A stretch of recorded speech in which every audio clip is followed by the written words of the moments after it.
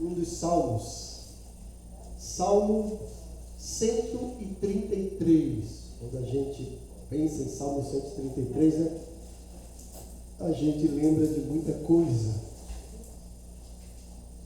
Foi aí, Bia, já. Salmo 133, eu tenho aqui a versão NVI, a nova versão internacional, mas o importante é que a gente entenda tudo isso. Tá? Salmo 133, na nova versão internacional, NVI diz o seguinte: como é bom e agradável quando os irmãos convivem em união. É como óleo precioso derramado sobre a cabeça, que desce pela barba, a barba de Arão, até a gola das suas vestes. É como o orvalho do Hermon, quando desce sobre os montes de Sião. Ali o Senhor concede a bênção da vida para sempre. O interessante é que esse salmo, ele está agrupado no grupo de salmos que são chamados cânticos de peregrinação. Em algumas Bíblias fala cânticos de romagem e cânticos dos degraus, né? Deve estar na Bíblia de vocês. O que se refere a essa relação dos salmos de cântico de peregrinação, cântico de romagem de degraus? Eram salmos que o povo de Israel, o povo de Deus, cantava quando saía das suas casas no dia de sábado para o templo para adorar a Deus. Eles iam cantando esses salmos que começam lá no Salmo 120, esse grupo de salmos que é chamado cânticos de peregrinação, cânticos de romagem ou cânticos de degraus. Interessante também que os salmos foram escritos de uma forma poética e eles tinham melodia, porque os salmos era o inário de Israel, como a gente tem o nosso inário, né, que é o cantor cristão, como o pessoal da Assembleia tem a harpa cristã, que é o inário. Os salmos eram o inário do povo de Israel. Os salmos, nós temos 150 salmos, por isso que a gente vai falar assim, vamos ler o capítulo 133 de Salmo. Não, nós vamos ler o Salmo 133, que é um hino, certo, gente? E o livro de Salmos é dividido em 5 inários, 5 grupos. Se você pegar o Salmo 42, começa o segundo grupo de salmos, né? Mas unindo todos esses hinos, nós temos 150 salmos. A maioria deles foi escrito por Davi, mas nem todos foram escritos por Davi. Nós temos salmos de Salomão, salmos de Moisés, nós temos salmos de Asaf, gosto muito dos salmos de Asaf, dos filhos de Coré e alguns salmos anônimos. Esse aqui é o Salmo davídico, que foi escrito por Davi, e ele vai falar sobre a união. Eu gostaria que nós olhássemos para esse salmo pensando um pouco sobre as bênçãos da união, ou também da comunhão. E o salmista começa dizendo que a comunhão é bom e agradável. Então, primeiramente, quando os irmãos convivem em união. Eu gosto dessa versão NVI porque eles dizem, né? Na outra versão fala, olha, como é bom e quão suave é que os irmãos vivam em união.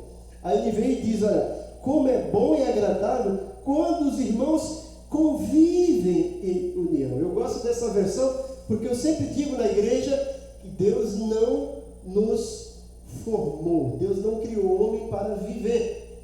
Deus criou o homem para conviver, viver com. E o salmista está dizendo isso. Como é bom quando os irmãos convivem. Que coisa bonita, né? Viver com. Mas ele coloca um pouco de adjetivo nessa questão da atividade de conviver. Ele diz como é bom e agradável quando os irmãos convivem em união. Então ele está dizendo que a união, a convivência dos irmãos é boa e ao mesmo tempo é agradável. Então a primeira bênção da união é que ela é boa e agradável. O salmista faz questão de colocar isso, é bom e agradável. Outras versões é bom e suave. Por quê? Porque tem coisas que são boas, mas ao mesmo tempo não são agradáveis. Eu lembro quando eu era pequeno, quando a gente tinha dor de garganta, a nossa mãe dava um spray, chamava Colobiazol spray. Não sei se vocês já passaram por essa experiência. Era bom para curar a garganta, mas o gosto era horrível. Quando caía na garganta, né, o gosto não era bom, certo? Não era agradável. Era um remédio bom para curar, mas não era agradável. Tem gente também que não gosta de injeção. Eu já gosto, né? A injeção é bom para curar as enfermidades rápidas, mas é agradável você tomar uma espetada? Não, né? Tem gente que entra em pânico. Então tem coisas que são boas, mas não são agradáveis. O salmista está dizendo que a comunhão, que a união dos irmãos, isso é bom e agradável. É bom e agradável para nós como corpo, como igreja. É bom e agradável para Deus. Olha que coisa maravilhosa. Veja que lá em Atos dos Apóstolos, no capítulo 2, no capítulo 4, até no capítulo 6, vai mostrar que no início a igreja crescia de uma forma avassaladora, né? Primeiro sermão de Pedro, 3.000 pessoas. Atos capítulo 2, chega em Atos capítulo 4, o número já sobe para 5.000. Chega em Atos capítulo 6, já é uma multidão, e a igreja continua crescendo. E qual foi o diferencial? Porque as pessoas olhavam para a igreja e via que eles conviviam de uma forma boa e agradável. E o que era essa forma boa e agradável que a igreja convivia? A união, gente, a comunhão. A Bíblia fala que os irmãos que se converteram estavam unidos, que tinham comunhão, dividiam tudo que tinham e não consideravam nada como se fosse só seu, tudo era de todos. E quando chega em Atos capítulo 4, versículo 32, é um dos versículos que eu mais gosto. Fala que da multidão dos que creram era uma só alma e um só coração. Por quê? Porque eles não apenas conviviam, eles conviviam em união, em comunhão. E o salmista está dizendo que a primeira bênção da união é trazer para nós algo que é bom e algo que é agradável. Como é agradável a gente participar de um grupo onde as pessoas se respeitam, se amam, onde as pessoas têm alegria, têm prazer em estar juntos. Porque algumas vezes nós vamos a algumas festas, e apesar de ser festa, ser momento de comemoração, às vezes a gente vai lá e acontece alguma coisa que desagrada, né? E a gente quer às vezes voltar logo, e aquilo acaba ofuscando o brilhantismo da festa. Mas o salmista está dizendo que o fato dos irmãos conviverem em união é algo que é bom e é algo que é agradável. Obrigado, João. Então a primeira bênção da união para a igreja, para o corpo de Cristo, é que é bom e que é agradável. E veja que está dizendo, quando os irmãos, está mostrando que a igreja é uma família, e que nós somos irmãos, e como irmãos, como família de Deus, nós precisamos conviver em união. E isso é bom para Deus, isso é agradável para Deus. Deus, quando vê, olha o seu povo convivendo em união, ele fala, isso é bom, e isso agrada a Deus, agrada a nós também. Nós temos uma pessoa que se desagrada com isso, que é o diabo, né? E se ele tiver desagradado, glória a Deus. O problema é se ele tiver agradado com nós, então tem alguma coisa errada, né? Então, a primeira bênção é que a união é agradável e boa, tanto para nós, mas para Deus. No versículo 2, o salmista Davi, ele vai comparar aqui a união com algo que às vezes a gente não percebe. Ele fala que a união é como óleo precioso derramado sobre a cabeça que desce pela barba, a barba de Arão, até a gola das suas vestes. O que ele quer dizer com isso? O salmista está se reportando ao primeiro sacerdote, ou o primeiro sumo sacerdote que Deus escolheu, Arão, irmão de Moisés, que durante o período no deserto, e até quando entrou na terra prometida, né, funcionou ali como o sumo sacerdote. O sumo sacerdote, para exercer a função sacerdotal, precisava ser consagrado, ungido. E essa consagração era o seguinte, ele tinha que ter toda a roupa toda preparada, né? Uma estola sacerdotal, com todos os detalhes, e ele ficava ali e preparava um óleo todo especial para aquele momento. E no momento de consagração derramava o óleo sobre a cabeça dele, né? E Arão, com aquela barba, né, o óleo descia na cabeça, inundava a barba e ia pelas golas das vestes sacerdotais. Por quê? Porque Deus queria que o sacerdote fosse ungido totalmente, começando da cabeça, né? Ia descendo pelos seus olhos, aqui pelo seu rosto, e ia inundando até as suas vestimentas, porque a própria vestimenta do sacerdote era algo consagrado a Deus. Então o salmista está comparando a união dos irmãos com algo que é consagrado. Está comparando com a consagração. Está dizendo, em outras palavras, que a união dos irmãos é algo divino para Deus. É algo precioso para Deus. É algo de valor para Deus. Assim como era a consagração do sumo sacerdote ou dos outros sacerdotes. Não era algo simples, não era qualquer formalidade. Tinha um preparo a pessoa para ser consagrada, né? Tinha que ter o chamado, tinha que ter a sua árvore genealógica lá da tribo de Levi, mas não era todo levita que era sacerdote. E para ser sacerdote precisava preencher alguns requisitos, e no momento da consagração precisava fazer esse cerimonial lindo, que mostrando ali que aquela pessoa estava sendo consagrada e os outros estavam vendo, olha, ele está sendo consagrado. Isso, ele tem respaldo de Deus, tem autonomia, tem autoridade de Deus, tem aprovação de Deus. E esse ritual era algo divino. O que o salmista está dizendo é que a comunhão dos irmãos, os irmãos conviverem em união, é algo divino. É algo que desce do céu, que tem a aprovação de Deus. Então, quando você está em comunhão com seu irmão, você tem a aprovação de Deus. É como se Deus estivesse te consagrando para o exercício ministerial, para você exercer alguma função ministerial. E é isso que o salmista quer retratar. Então, a primeira bênção é que a comunhão é boa e agradável a Deus e para o povo de Deus.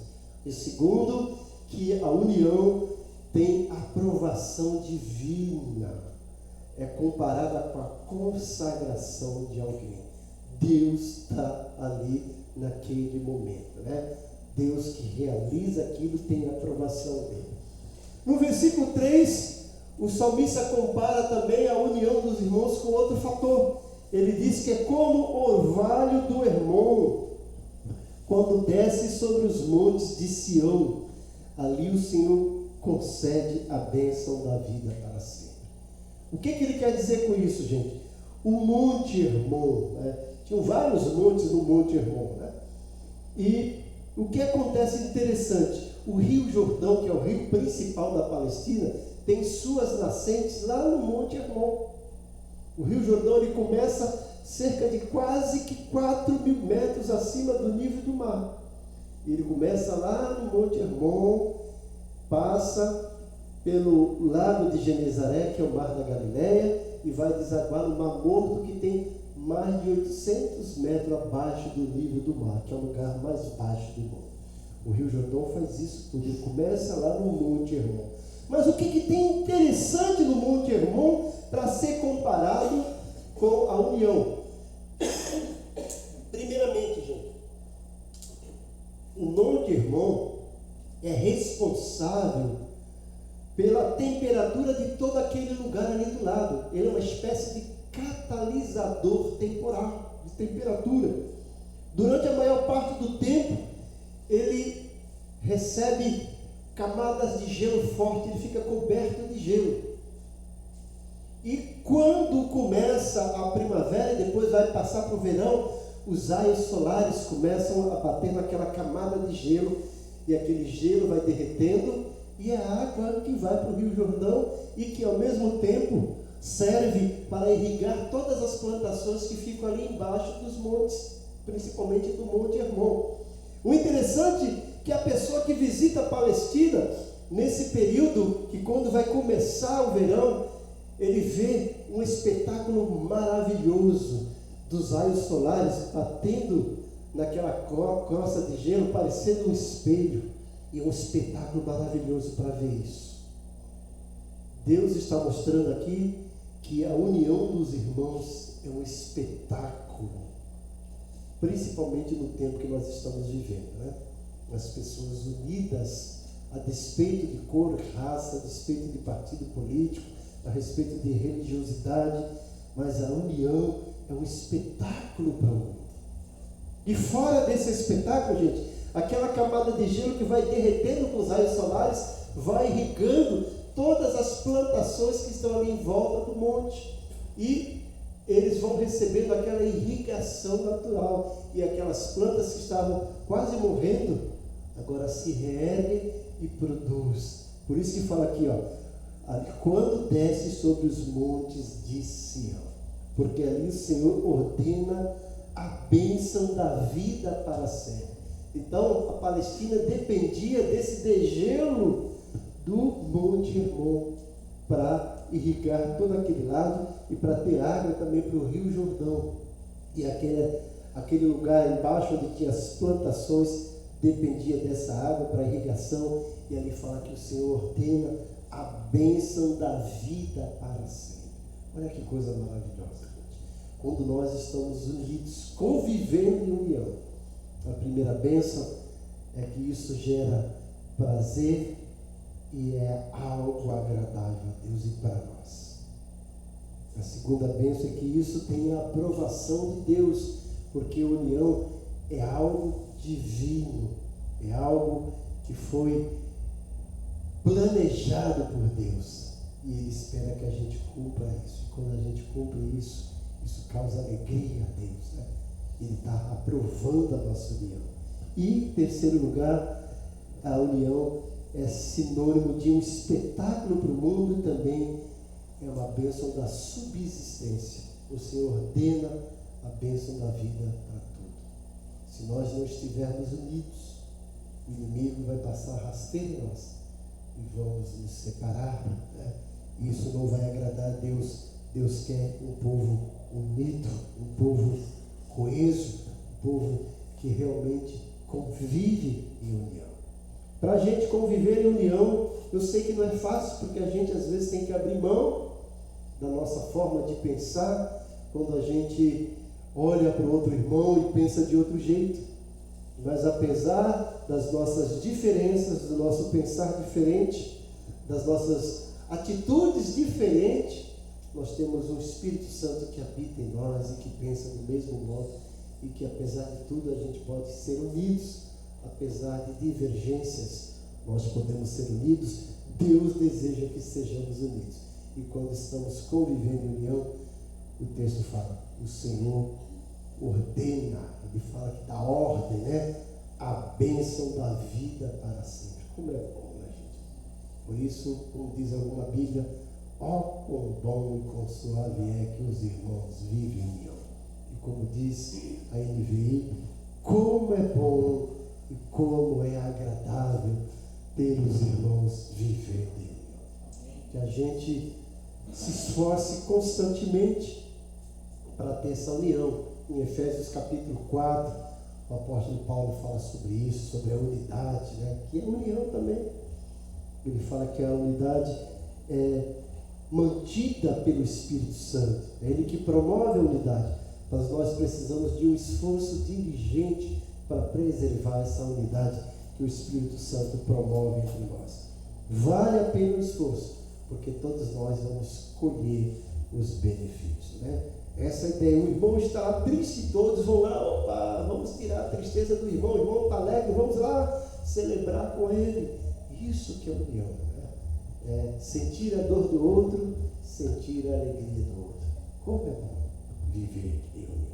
Que Deus nos abençoe e que Ele continue trabalhando em nossos corações e que a gente pratique isso que o salmista propõe, e vamos ver como é maravilhoso ter um povo unido, né?